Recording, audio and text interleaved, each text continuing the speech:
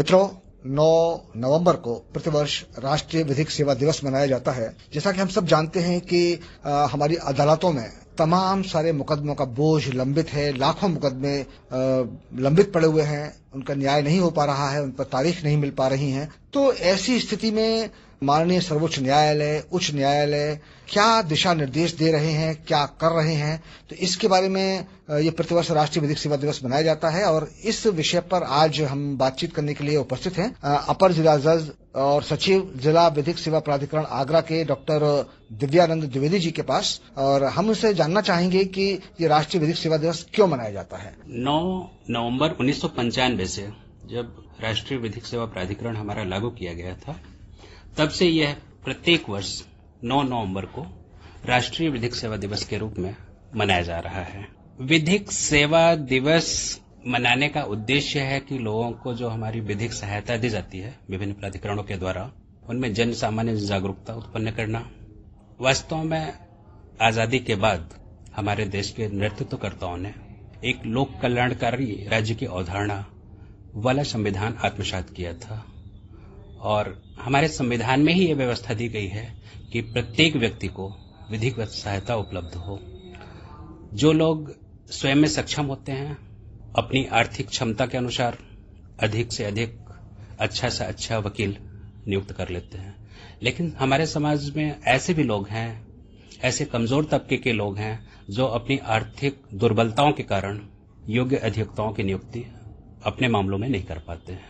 तो ऐसे लोगों को भी विधिक सहायता उपलब्ध हो, वो विधिक सहायता से मरहूम न हो, ऐसे लिए यह जो विधिक सेवा प्राधिकरण है कार्य कर रहा है निरंतर। और इसी कार्य को और जागरूक करने के लिए, लोगों में जागरूकता फैलाने के लिए यह विधिक सेवा दिवस मनाया जा रहा है प्रत्येक वर्ष।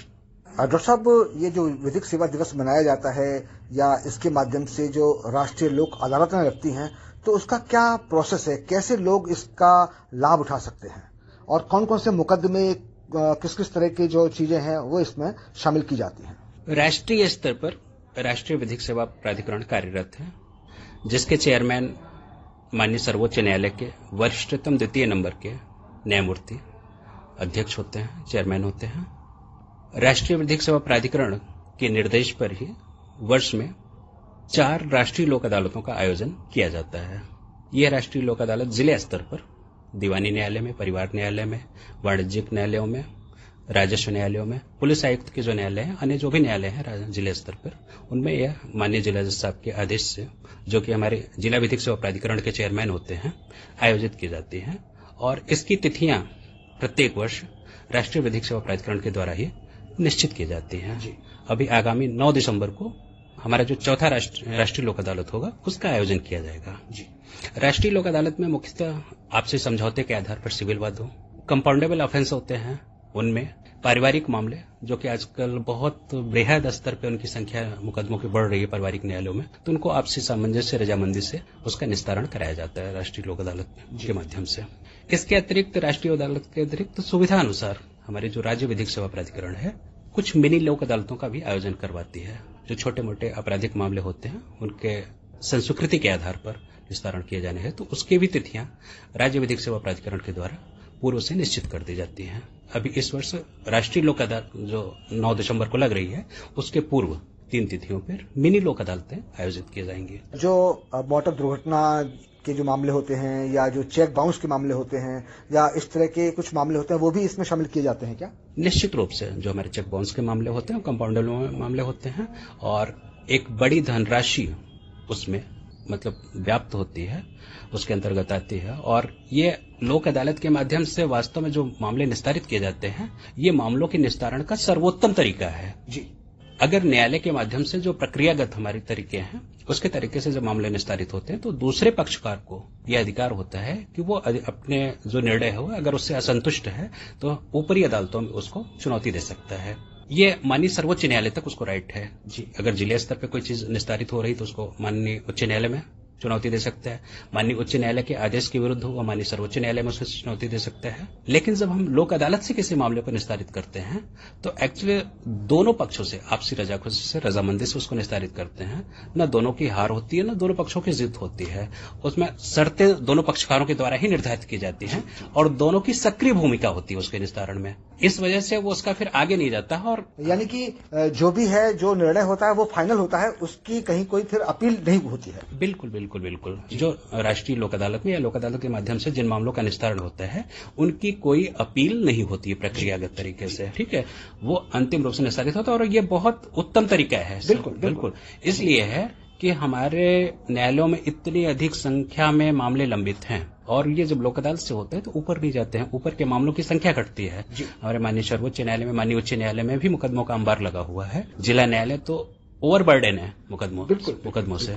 तो इन मामलों से जो टूल्स डेवलप किया गया है लोक अदालत माननीय सर्वोच्च न्यायालय के द्वारा, ये बड़ा ही कारगर तरीका है। निश्चित रूप से डॉक्टर साहब, हम आकाशवाणी के माध्यम से अपने श्रोताओं को ये जानकारी भी देना चाहेंगे कि इसकी क्या प्रक्रिया है, कैसे कोई दो पक्ष इस लोक अदालत में शामिल हो सकते हैं। अगर आपसी सहमति के आधार पर निर्णय अगर करना चाहते हैं तो क्या प्रक्रिया क्या है?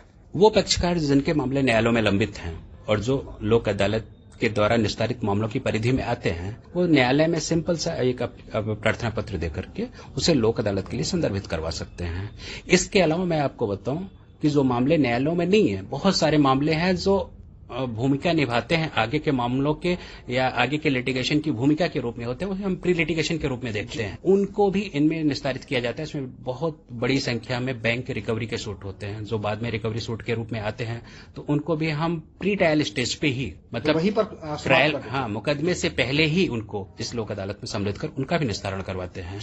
एक चीज और बताएंगे कि जो लोक अदालत में निस्तारित होते हैं, सिविल सूट खास करके, उनमें जो पक्षकारों की कोर्ट फीस होती है वो भी हमारा जो अधिनियम है उसके तहत वो पक्षकार को वापस दे दिया जाता है। तो न्यायालय का जो शुल्क लगता है मुकदमे के लड़ने के, यद्यपि वो नॉमिनल होता है, लेकिन वो भी पक्षकार को वापस दे दिया जाता है। तो ये तो बहुत ही अच्छी बात है और निश्चित रूप से दोनों ही पक्ष इससे सहमत होते हैं और संतुष्ट होते हैं। बस कोई भी विशेष प्रक्रिया नहीं है, बस केवल एक दोनों पक्षकारों को एक एप्लीकेशन देनी है। इसके अलावा भी और कुछ करना है क्या? नहीं, कुछ नहीं करना है। फिर लोक अदालत के दिन आना है। वो जिस भी पीठ के समक्ष होता है मामला, उनको सुन के दोनों पक्षकारों को मिल करके और सक्रिय रूप से उनकी ही भागीदार, पक्षकारों को ही भागीदार बना करके उनके वादों का निस्तारण कराया जाता है। जी। आप और कुछ कहना चाहेंगे डॉक्टर साहब? हाँ बिल्कुल। हम जानते हैं कि प्रत्येक वर्ष 9 नवंबर को राष्ट्रीय विधिक सेवा दिवस के रूप में हम लोग मनाते हैं। तो इस वर्ष भी विधिक सेवा दिवस के रूप में हम लोग 9 नवंबर को आयोजित कर रहे हैं, कार्यक्रम आयोजित कर रहे हैं। और अभी हमारा जो माननीय राज्य विधिक सेवा प्राधिकरण है उनसे निर्देश प्राप्त किया हुआ है कि इसको जिला स्तर पर, तहसील स्तर पर और ब्लॉक स्तर पर जागरूकता रैलियां आयोजित की जाएं, लोगों में जन जागरण करवाया जाए, लोगों को जागरूक किया जाए, विधिक साक्षरता शिविर आयोजित किया जाए, जिससे जन सामान्य में और जागरूकता हो, विधिक सेवा के प्रति और भी ज्यादा सेंसिटिव हो लोग। इस वर्ष भी हम लोग 9 नवंबर को आयोजित कर रहे हैं और जिले स्तर पे हमारी एक बड़ी बृहद रैली आयोजित की जा रही है छात्रों के द्वारा सहयोग से। बहुत बहुत धन्यवाद डॉक्टर साहब। आपने विधिक सेवा दिवस के बारे में और उसके माध्यम से जो राष्ट्रीय लोक अदालत लगती है उसके बारे में और इसमें कैसे सहभाग किया जा सकता है इसके बारे में आपने बहुत ही सटीक और सारगर्भित जानकारी दी। आपका बहुत बहुत आभार, बहुत बहुत धन्यवाद। नमस्कार।